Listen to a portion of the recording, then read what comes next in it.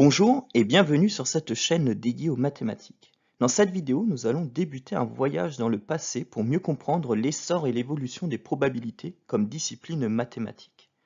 Notre voyage commence avec le problème des parties, problème qui a été soumis au mathématicien et philosophe Blaise Pascal au XVIIe siècle et qui, pour beaucoup d'historiens des mathématiques, a conduit à l'émergence des probabilités.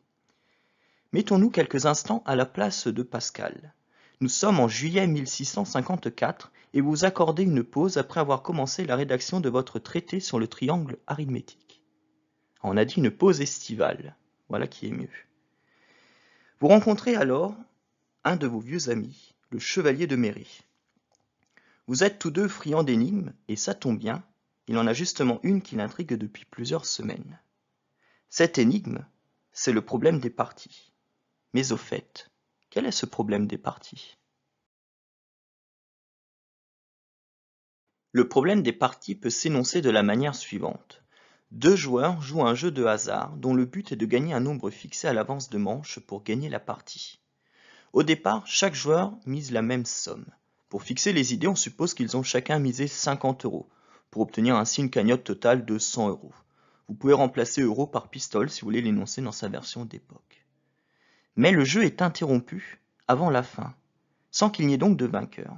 Dès lors, comment se répartir équitablement les mises? Alors, ce n'est pas un problème qui est dénué de contexte. Il est apparu quelques années plus tôt en Italie, dans le cadre de rupture de contrat entre marchands. L'enjeu était alors de savoir comment répartir équitablement l'argent qui avait été engagé. Ce qu'on appelle partie, ou partie d'un joueur, c'est la somme qui lui revient. Pascal va alors mettre dans la confidence son ami Pierre de Fermat. Et ce qui n'apparaît au départ que comme un passe-temps estival dans leurs échanges épistolaires va, en inspirant plus tard des mathématiciens comme Christian Huygens ou Jacob Bernoulli, marquer la genèse des probabilités comme discipline mathématique. Par ailleurs, on pourrait dire que le hasard fait bien les choses, car le traité sur lequel travaille Pascal, celui sur le triangle qui va porter son nom, va lui inspirer une réponse à ce problème. Dans la suite, ce n'est pas tant la réponse à ce problème que le cheminement de pensée pour y parvenir qui va nous intéresser. Ce sera d'ailleurs le fil conducteur de cette vidéo.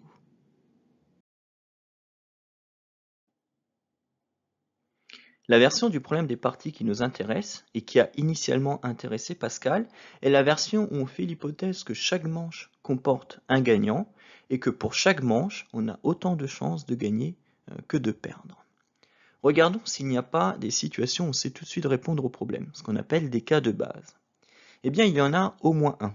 Si les deux joueurs ont gagné le même nombre de manches, eh bien, il est naturel que chacun récupère sa mise initiale. Mais oui, c'est clair!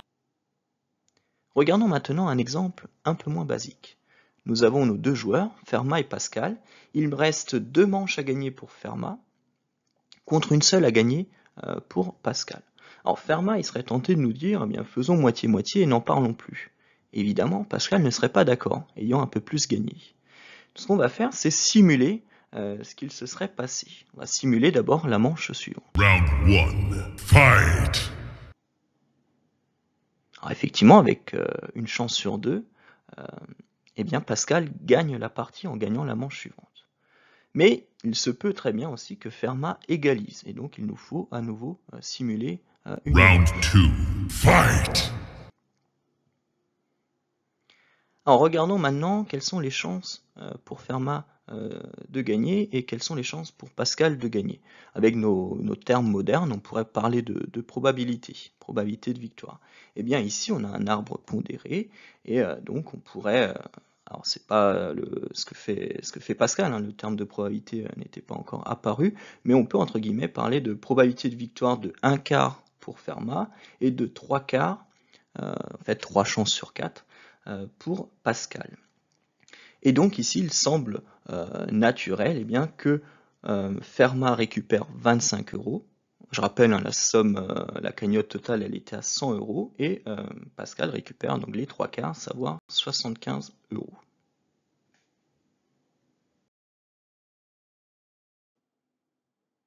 Alors regardons de plus près les différents cas de base. Donc il y a celui qu'on avait mentionné, quand les deux joueurs ont le même nombre de manches gagnées, eh bien, ils récupèrent chacun leur mise initiale. Et il y a l'autre cas de base très évident, hein, si un joueur n'a besoin d'aucune manche supplémentaire, bien lui, il récupère la totalité des mises. Donc si on n'est pas dans un cas de base, l'idée ça va être de simuler la manche suivante. Donc en cas de victoire, le joueur récupère A €, donc son parti serait de A €, et en cas de défaite, le parti serait de B €. Et bien Pascal nous dit dans ce cas qu'il faut considérer la moyenne des deux parties possibles. Parce qu'ici on a une chance sur deux de gagner, une chance sur deux de perdre. Donc voilà, le processus qu'il nous indique revient à prendre la moyenne des deux parties. Alors regardons ce que ça donnerait dans notre exemple. Il reste une manche à gagner pour Pascal et 2 pour Fermat. Donc simulons la manche suivante. Si Pascal la gagne, eh bien dans ce cas son parti c'est de 100 €. Il a gagné la partie, donc lui il récupère la totalité de la cagnotte. Et si c'est Fermat qui gagne, dit autrement Pascal qui perd, eh bien en fait là ils reviennent tous les deux à égalité. Il reste à chacun des deux une manche. Et donc dans ce cas, on a dit, quand les joueurs sont à égalité, leur partie, eh bien c'est la moitié. Donc ici 50 chacun.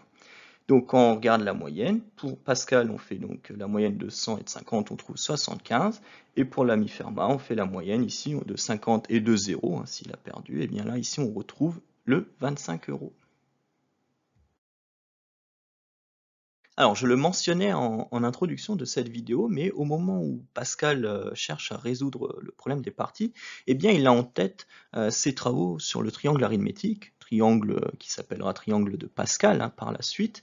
Et donc, on va essayer de se mettre un peu dans les mêmes dispositions que lui, et essayer de comprendre en quoi eh bien, ce triangle va être étroitement relié à notre problème. Alors, le triangle de Pascal, c'est un triangle qui comporte un nombre infini de nombres. Et donc, on va d'abord s'entendre sur une notation hein, pour désigner ces nombres. Donc ici, donc à droite, c'est le même triangle où cette fois j'ai remplacé les nombres par leur notation. Donc tout en haut, le nombre qui apparaît se lit 0 parmi 0. À la ligne en dessous, on a 0 parmi 1, 1 parmi 1. Donc voilà, ces notations pour l'instant vont nous servir à désigner les nombres qui interviennent dans le triangle de Pascal. Alors, essayons de voir comment on construit le triangle de Pascal. Alors, vous pouvez imaginer un tableau infini hein, que vous allez commencer à remplir. Donc, chaque ligne dans ce tableau commence et finit toujours par le chiffre 1. Ensuite, pour trouver les autres nombres, eh bien, il vous suffit de faire des additions de la manière suivante.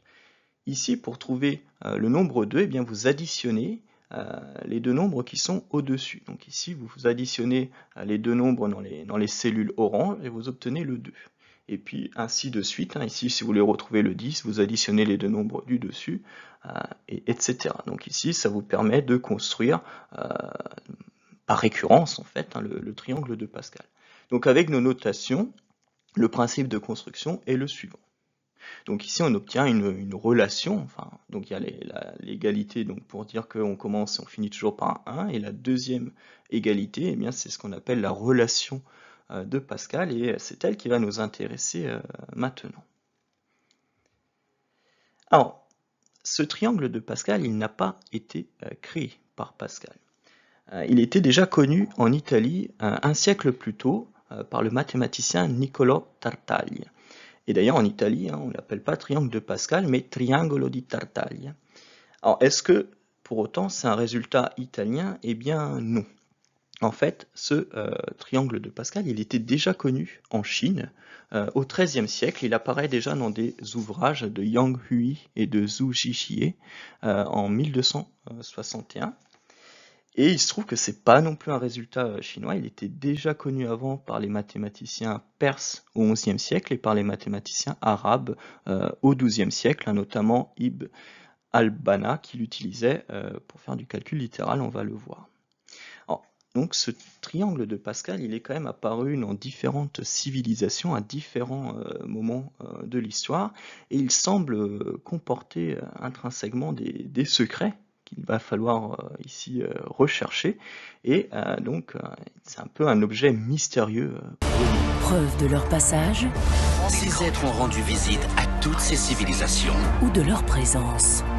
On n'a peut-être pas affaire à des extraterrestres d'une autre planète, mais à des ultraterriens d'un univers parallèle. Alors, restons rationnels et essayons de comprendre un peu quel est le point de départ de ce triangle de Pascal. Eh bien, le point de départ, c'est le principe de construction. On va essayer ici de comprendre fondamentalement d'où vient cette égalité, cette relation de Pascal. Est-ce qu'on peut lui donner un sens afin de mieux comprendre ce que modélise ce triangle de Pascal? Qu'est-ce qui peut expliquer l'attrait de différentes civilisations à différents moments de l'histoire pour ce triangle de Pascal? Eh bien, on va voir qu'il comporte un certain nombre de propriétés, parfois très étonnantes et parfois très utiles. Les mathématiciens arabes l'utilisaient pour faire du calcul littéral. Alors, vous avez déjà appris vos identités remarquables, et notamment a plus b le tout au carré. Eh bien, vous savez, je l'espère, que ça nous donne a carré plus 2ab plus b carré. Eh bien, il se trouve que ces coefficients 1, 2 et 1 qui interviennent, eh bien, vous les retrouvez exactement dans cet ordre à la troisième ligne du triangle de Pascal. Et c'est quelque chose qui est généralisable quand vous prenez des puissances 3, 4, etc. Ce qu'on appelle communément le binôme de Newton. Newton l'a démontré, mais ne l'a pas inventé. Donc ça, c'est un résultat qui était déjà connu des mathématiciens arabes autour du XIIe siècle. Alors, il y a d'autres propriétés que je vais ici énumérer à titre de curiosité. On peut par exemple faire apparaître des figures fractales, telles que le triangle de Sierpinski, ou même retrouver les termes successifs de la suite de Fibonacci en faisant des additions sur des diagonales. Alors, toutes ces propriétés sont intéressantes, semblent même presque magiques, mais ne nous permettent pas encore de bien comprendre d'où vient ce triangle, quelle est son origine. Il nous faut eh bien, mieux comprendre le principe de construction, cette égalité qui apparaît, cette relation de Pascal. Et c'est ce qu'on va faire avec l'exemple qui suit. Prenons un ensemble qui contient un nombre fini d'éléments. Par exemple, l'ensemble des jours de la semaine. Donc c'est un ensemble qui est fini, comporte 7 éléments. Lundi, mardi, mercredi, jeudi, vendredi, samedi et dimanche. La question que je vous pose est la suivante. Combien de sous-ensembles de cet ensemble contenant exactement 2 éléments peut-on former? Eh bien, par exemple, je peux avoir l'ensemble lundi-mardi, ou aussi l'ensemble samedi-dimanche, ou encore l'ensemble vendredi-mardi. Donc ça, c'est 3 exemples qui conviennent. Mais attention, quand on parle d'ensemble en mathématiques, l'ordre n'a pas d'importance. Ainsi, l'ensemble lundi-mardi, ou l'ensemble mardi-lundi, eh bien, c'est le même. Et de même, on ne tient pas compte des répétitions. Si vous prenez l'ensemble lundi, lundi, mardi, eh bien, en fait, c'est le même. C'est encore l'ensemble lundi, mardi. Alors, essayons de répondre à cette question. Intuitivement, je dois choisir donc 2 jours pour avoir un ensemble qui contient exactement 2 éléments. Eh bien, pour le premier jour, j'ai l'embarras du choix. Je peux choisir n'importe quel jour, donc j'ai 7 possibilités. Pour le deuxième jour, par contre, comme il n'y a pas de répétition, il faut que je choisisse un autre élément. Donc à chaque fois, j'ai 6 possibilités. Donc j'en ai 7 pour le premier jour, et à chaque fois, pour chacun des 7 jours, j'ai 6 possibilités pour le deuxième jour. Ce qui nous fait donc ici 42, cette fois 6, 42 possibilités à ce stade. Et on serait tenté de conclure, eh bien donc il y a 42 possibilités. Sauf que je vous ai dit, attention, l'ordre n'a pas d'importance. Et ici, on a distingué l'ensemble lundi-mardi de l'ensemble mardi-lundi. Donc ici, il va falloir diviser par 2, en fait par factoriel 2, qui correspond au nombre de permutations d'un ensemble à 2 éléments, pour ne pas tenir compte de l'ordre. Ce qui nous donne en tout 21 possibilités. Et les plus observateurs d'entre vous diront que ce nombre 21, eh bien, il apparaît dans le triangle de Pascal. Il apparaît ici. Et avec les notations que l'on avait introduites, ce nombre se lit 2 parmi 7. Drôle de coïncidence. Alors après, vous pourriez me dire, oui, mais le 21, il apparaît aussi à un autre endroit, pourquoi tu as choisi celui-ci? Vous avez raison, il apparaît sur la même ligne un peu plus loin, c'est aussi le nombre 5 parmi 7. Et en fait, eh bien, ce n'est pas anodin, cette symétrie. On va montrer que, si je prends 2 entiers positifs n et k avec k plus petit, un ensemble qui contient n éléments, eh bien, il va exister exactement k parmi n sous-ensembles de E qui ont k éléments. Et donc ici, on est en train de dire que des sous-ensembles de l'ensemble des jours de la semaine qui contiennent 2 éléments, ben, il y en a autant qui en contiennent 5. Et en fait, c'est logique si on voit les choses de la manière suivante. Choisir, c'est rejeter. Quand je choisis 2 jours de la semaine, j'en rejette 5. Donc pour tous les ensembles qui contiennent 2 jours de la semaine, eh bien, je peux trouver des ensembles qui en contiennent 5, les ensembles des rejetés. Donc ici, c'est pour ça que dans ce triangle arithmétique, on a cette symétrie. Encore faut-il démontrer le résultat ici que je vous mentionne, et c'est ce qu'on va faire. Afin de mieux comprendre ce principe de construction et d'en donner une illustration, on va démontrer le résultat suivant. Donc je prends un ensemble E à n éléments et je m'intéresse au nombre de sous-ensembles de E qui ont exactement k éléments, où k est un entier entre 0 et n. La démonstration, on va la faire par récurrence. Pour l'initialisation, donc on va prendre n est égal à 0. Donc j'ai un ensemble à 0 éléments, ça existe, c'est l'ensemble vide. Donc des sous-ensembles à 0 éléments, il n'y en a qu'un, c'est l'ensemble vide. Donc on retrouve ici le 0 parmi 0 est égal à 1, et de manière générale, un 0 parmi n est égal à 1, parce que des ensembles à 0 éléments, il n'y en a qu'un, c'est l'ensemble vide. Donc ça, c'est pour l'initialisation. On peut aussi démontrer très rapidement que si j'ai un ensemble à n éléments, eh bien un sous-ensemble à n éléments, il n'y en a qu'un, c'est lui-même. Donc ici, on retrouve le n parmi n est égal à 1 au passage. Pour l'hérédité, donc on va supposer que notre propriété elle est vraie pour des ensembles qui ont n-1 éléments. Et on va montrer qu'elle reste vraie pour des ensembles qui ont n éléments. Donc je prends un ensemble qui a n éléments, je leur donne un nom, E1, E2 jusqu'à En. Combien y a-t-il de sous-ensembles de E qui ont k éléments? Bien ici, on va utiliser une astuce qui apparaît dans un western avec Clint Eastwood.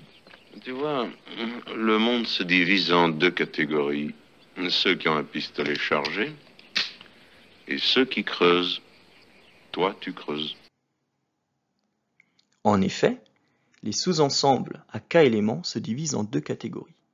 Ceux qui contiennent l'élément En et ceux qui ne contiennent pas l'élément En. Alors pour ceux qui contiennent l'élément En, donc ils contiennent l'élément En, et il faut choisir donc k-1 autre élément, donc k-1 élément parmi n-1. Et ça, par hypothèse de récurrence, c'est k-1 parmi n-1. Pour les ensembles à k éléments qui ne contiennent pas En, donc cette fois, il faut que je choisisse k éléments, mais parmi n-1, parce que je ne vais pas prendre l'élément En. Et ça, par hypothèse de récurrence, comme ça porte sur des ensembles à n-1 éléments, je peux utiliser l'hypothèse de récurrence, c'est k parmi n-1. Donc ici, j'ai des ensembles qui sont différents. Donc je somme les possibilités et je vois donc que le nombre de sous-ensembles de E à avoir k éléments vérifie le même principe de construction que les nombres qui apparaissent dans le triangle de Pascal. Donc ici, j'ai égalité, j'ai k parmi n qui est égal à ceci. Donc c'est une illustration ici du principe de construction de cette relation de Pascal et une illustration de l'utilité des coefficients qui apparaissent dans le triangle de Pascal. Regardons maintenant la réponse proposée par Pascal. Donc on se remet dans la situation du problème des parties. On a 2 joueurs qui jouent sur plusieurs manches. Ils doivent en gagner n pour gagner la partie. Elles sont indépendantes, équiprobables. Chaque manche est gagnée par l'un des joueurs. Et en tout, ils ont misé une somme S. Pour le joueur 1, il manque n1 manche. Et pour le joueur 2, il lui en manque n2 pour gagner la partie. Eh bien, Pascal nous dit que le parti du joueur 1, c'est-à-dire la somme d'argent qui doit lui revenir, elle s'exprime de la manière suivante. Je vous ai mis ici le texte originel qui apparaît donc dans le traité du triangle arithmétique où il en fait mention. Donc il ne donne pas de formule directement, il nous dit comment retrouver la fraction de la mise totale. Donc en fait, ça utilise évidemment le triangle de Pascal, parce qu'ici pour le joueur 1, donc on a une fraction de la mise totale. Au numérateur, on additionne les n2 premiers termes de la n1 plus n deuxième base du triangle de Pascal, et au dénominateur, on a la somme de tous les termes de cette même base. Alors, regardons sur un exemple ce que ça donne. Avant ça, je crois que je vous ai mis effectivement la traduction avec des notations plus contemporaines de ce résultat, donc avec les fameux coefficients, la notation qu'on a donnée pour ces coefficients, et regardons maintenant ce que ça donne sur un exemple. En fait, j'ai pris le même exemple que celui qu'on avait traité en début de vidéo. Donc pour le joueur 1, il manque une manche, pour le joueur 2, il en manque 2. Donc en fait, on va regarder la 1 plus deuxième, c'est-à-dire la troisième base du triangle arithmétique. Donc là, attention, on commence à compter à 1 ici, mais à 0 quand on parle avec nos notations de tout à l'heure. Donc ici, la troisième base, c'est 1, 2, 1. Et donc, si on applique la formule, le parti du joueur 1, donc j'additionne les deux premiers parce qu'il manque 2 manches au joueur 2. Donc je fais 1 plus 2 divisé par la somme de tous les termes, donc ça me fait 3 quarts. Et donc, son parti, c'est 3 quarts de la mise totale. Et donc, pour l'autre joueur, c'est 1 quart de la mise totale. Donc, si la mise totale, elle est de 100 €, on retrouve bien ici nos 75 € et nos 25 €. Regardons ce qu'il se passe sur un deuxième exemple. Ici, il manque 2 manches à gagner pour le premier joueur et 4 manches pour le deuxième joueur. Donc on va s'intéresser à la 6e base du triangle de Pascal. Et en appliquant la proposition de Pascal, on va pouvoir calculer les parties des deux joueurs. Donc ici, pour le premier joueur, je vais sommer les 4 premiers termes de cette base, diviser par la somme de tous les termes de cette base, et multiplier ceci à la mise totale S. Donc on trouve ici 13 16e de S, et donc 3 16e de S, qui est le parti du deuxième joueur. Et ici, je vous ai mis le texte de Pascal. Alors, on peut voir qu'il a choisi de donner une notation à certains termes qui interviennent dans son triangle. Et donc ça, c'est un choix qui est presque imposé. Parce que par exemple, je ne pourrais pas ici parler du nombre 10, comme il intervient plusieurs fois, ou du nombre 1, qui intervient aussi beaucoup de fois. Donc, il faut ici exprimer les nombres par des lettres. Le problème étant en faisant cela, c'est que ici je choisis l'alphabet français, l'alphabet grec, il va être limité en termes de possibilités, il ne va pas pouvoir nommer tout le monde. Ça, on va voir que pour faire des démonstrations en toute généralité, ça peut poser problème. Donc c'est pour ça que même dans les mathématiques modernes, on a fait d'autres choix de notation. Mais donc ici, on voit que le théorème s'applique sur cet exemple et nous permet de calculer les parties des deux joueurs. Regardons maintenant comment Pascal a démontré ce résultat. Donc ici, je vous présente ce qu'il écrit dans le traité du triangle arithmétique. Donc il a conscience que sa proposition, elle admet une infinité de cas. Alors, il en a donné quelques exemples, comme ce qu'on a fait justement. Mais il dit qu'il suffit de 2 résultats pour la prouver. Un premier résultat qui dit que la seconde base du triangle arithmétique contient les parties des joueurs auxquels il manque 2 parties en tout. Et le deuxième résultat qui nous dit que si une base quelconque contient les parties de ceux auxquels il manque autant de parties, donc de manches, qu'elle a de cellules, la base suivante en fera de même. Et là, je m'adresse tout particulièrement au terminal et aux anciens terminales qui ont fait mathématiques. Est-ce que ça vous rappelle un raisonnement classique ici? Eh bien, on a face à nous un des tout premiers raisonnements par récurrence aboutis. En fait, Pascal, il ne s'est pas contenté de résoudre ce problème des parties. Il a aussi mis au point un raisonnement, le raisonnement par récurrence. Alors, justement, j'ai la volonté de vous montrer cette démonstration et aussi comment est-ce qu'il l'a rédigé, bien pour que vous voyez aussi comment on rédigeait une démonstration par récurrence au tout début. Alors, donc l'idée c'est de raisonner par récurrence sur grand N qui est le nombre de manches qu'il manque. Donc on somme les manches qui manquent au joueur 1 et au joueur 2. Alors l'initialisation, elle est assez simple à vérifier. Donc s'il manque 2 manches, soit il en manque une à chacun, et là le parti il est facile à calculer et on voit qu'il correspond à la proposition. Et sinon, ça veut dire qu'il en manque 2 à l'un et 0 à l'autre, donc il y en a un qui a déjà gagné, et là encore le parti il est facile. et correspond à la proposition. Donc tout va bien pour l'initialisation. Maintenant, qu'est-ce qui se passe pour l'hérédité? Donc on suppose que la proposition elle est vraie quand il reste grand N manches, et montrons qu'elle est vraie quand il en reste grand N plus 1.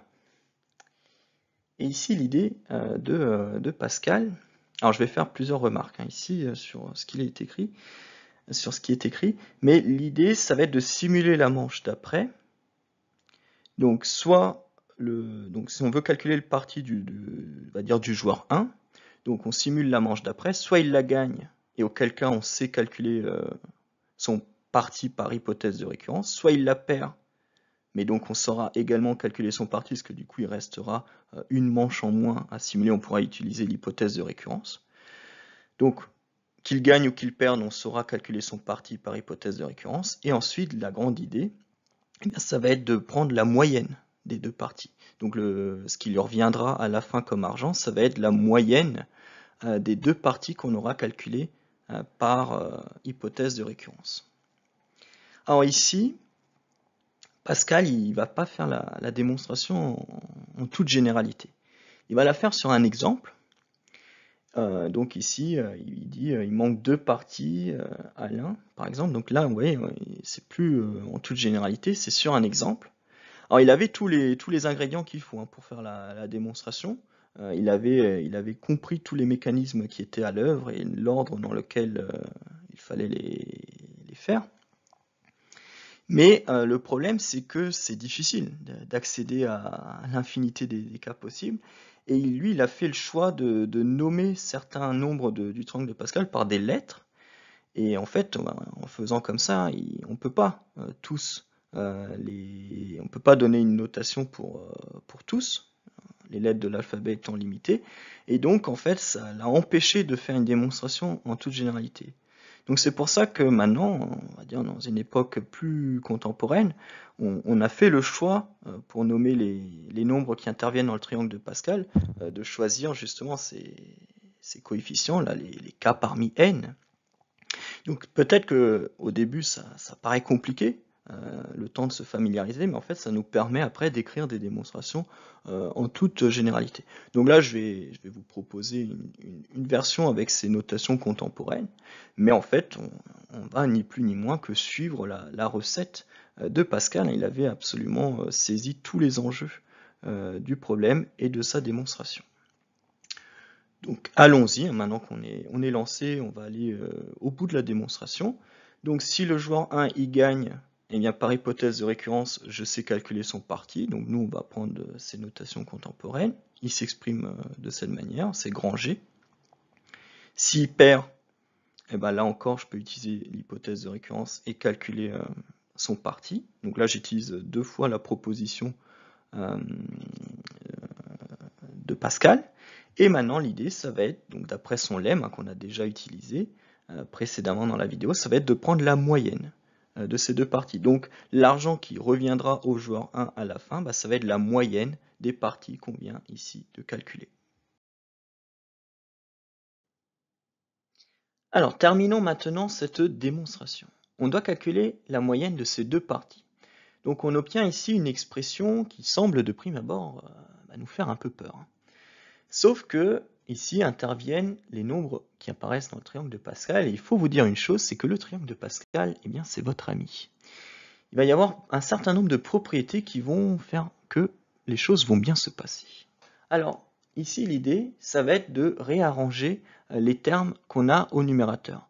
Alors, à part pour le premier, je vais les mettre 2 par 2, de sorte à pouvoir utiliser le principe de construction. Je vous avais dit que ce principe, il était vraiment très utile. Cette relation de Pascal, elle est au cœur même en fait du triangle arithmétique. Et donc, c'est très logiquement qu'on va l'utiliser maintenant. Et donc, en faisant ça, vous voyez que eh bien, je peux simplifier ce que j'ai au numérateur. Alors, au dénominateur, j'ai 2 fois la somme des termes qui sont au niveau de la énième base. Eh bien, je vais appliquer la même idée. Ici, je vais essayer de les rassembler 2 par 2, sauf le premier et le dernier, parce que je connais déjà leur valeur. Elle vaut 1. Et donc ici, à nouveau, je vais pouvoir simplifier, et je remarque au passage que le dénominateur que j'ai, c'est la somme des termes de la n plus unième base. Attention, hein, je vous rappelle qu'on commence à compter à 0. Et donc, on retrouve ce qu'avait fait Pascal ici. Et surtout, ce qui est intéressant, c'est de voir ce qu'il nous dit à la toute fin. Il nous dit que le fondement de cette preuve est qu'une base est toujours double de la précédente. Et c'est ce qu'on a ici mis en évidence en utilisant eh bien, la relation de Pascal, hein, ce principe de construction. On a montré ici qu'on avait effectivement le double, au dénominateur, on avait le double des sommes des termes de la base précédente. Et donc, on vient ici de démontrer l'hérédité. Regardons maintenant l'héritage laissé par les travaux de Pascal. Dès 1655, le mathématicien allemand Christian Huygens publie un livre dont le titre en français est « Sur le calcul des jeux de hasard » où on trouve plusieurs propositions. Ici, je vous en ai mis 2. Alors, la première nous dit que si je peux obtenir A ou B avec un nombre égal de chances, alors je peux espérer obtenir A plus B sur 2. Alors, je vous ai mis cette proposition pour 2 raisons. La première, c'est qu'elle nous fait directement penser à un résultat de Pascal, hein, qui avait déjà établi ce résultat, on l'a montré tout à l'heure. Et aussi, le deuxième intérêt, c'est qu'on peut lire ici, alors c'est écrit en latin et non en français ou en allemand, hein, c'était la coutume à l'époque pour les ouvrages scientifiques. On lit ici le terme expectatio, qui signifie donc je peux m'attendre à, je peux espérer. Donc ici, on a la première mention, une des premières mentions historiquement de la notion d'espérance, une notion cruciale en probabilité. Alors la proposition suivante, c'est une sorte de généralisation, hein.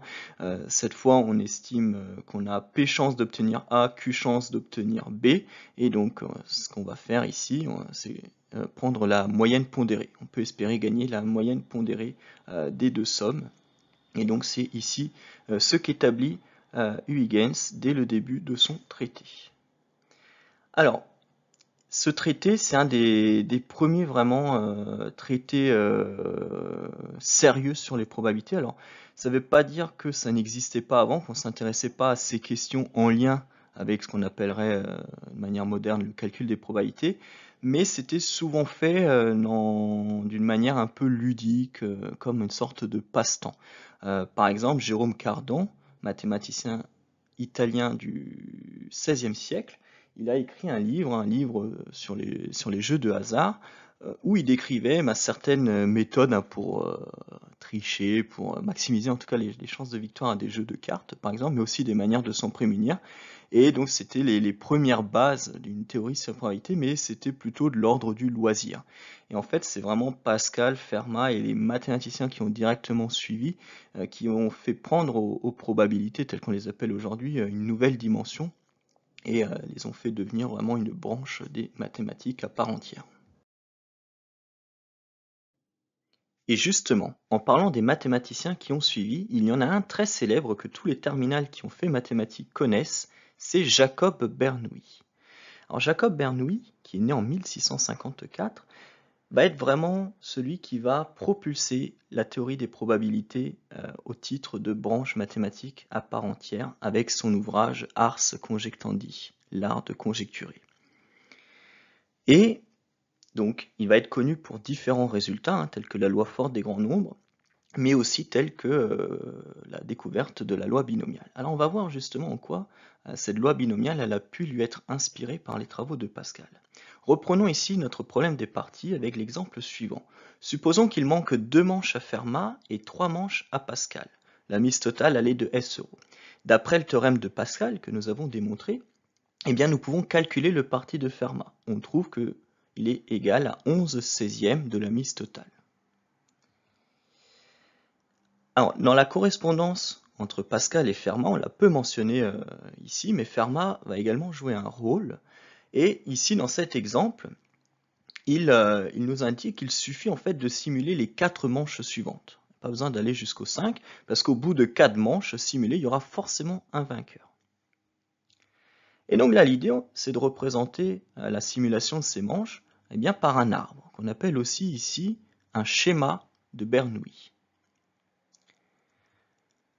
Alors ici, l'idée, ça va être d'associer, donc c'est avec la terminologie moderne ici que je vais m'exprimer, c'est d'associer donc à ce nombre de victoires une variable aléatoire grand X qui va compter le nombre de victoires de Fermat.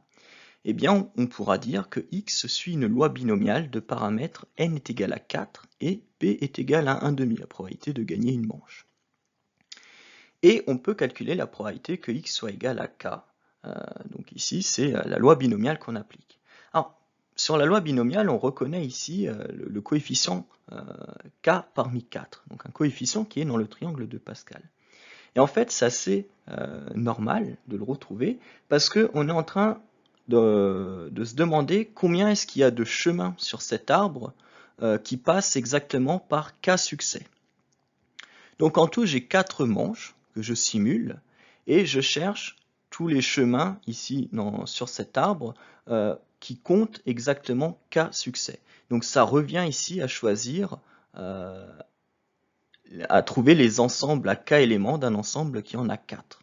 Je suis en train ici de me demander comment est-ce que je choisis mes K victoires parmi les 4 manches. Donc on retrouve exactement ce coefficient K parmi 4. Et après, eh bien, on multiplie les probabilités rencontrées sur notre chemin. Et donc c'est comme ça qu'on va retrouver ici cette loi binomiale. Donc maintenant, on va s'intéresser à la probabilité de la victoire de Fermat. Donc c'est la probabilité qu'il gagne au moins 2 manches. Donc il peut en gagner 2, 3 ou 4. Et donc ici, en appliquant la loi binomiale, on arrive à trouver ce résultat. Mais ce n'est pas exactement le résultat que nous donne le théorème de Pascal. En fait, si, mais il va falloir un peu travailler sur cette expression. Déjà, le 2 puissance 4, en fait, on peut voir que ça correspond à la somme des termes de la 5e base du triangle de Pascal. Ensuite, on peut appliquer ce principe de symétrie qui opère dans le triangle de Pascal. Donc ici, le coefficient 4 parmi 4, c'est le même que le coefficient 0 parmi 4, et le coefficient 3 parmi 4, eh bien, c'est le même que le coefficient 1 parmi 4. Donc en faisant bien, ces deux changements ici, donc je conserve l'égalité et je retrouve exactement l'expression donnée par le théorème de Pascal. On en arrive maintenant au mot de la fin. Je vous remercie très chaleureusement d'être resté jusqu'au bout de cette longue vidéo. Alors si vous voulez des informations complémentaires sur le problème des parties, j'avais écrit il y a quelques années un document où vous trouverez ces résultats, mais aussi d'autres résultats tels que celui-ci. Par exemple, si on joue un jeu à 4 manches gagnantes, eh bien, le gain éventuel des premières manches apporte un meilleur bénéfice que le gain éventuel de la dernière manche. Donc, cette première étape du voyage en terre des probabilités s'achève, mais il devrait y en avoir d'autres. Il y a des résultats tout à fait esthétiques que j'ai envie de vous partager en probabilité, tels que le théorème central limite. Et donc, n'hésitez pas à vous abonner si ce n'est déjà fait pour ne rien rater à l'avenir. Et je vous dis d'ici là, restez curieux.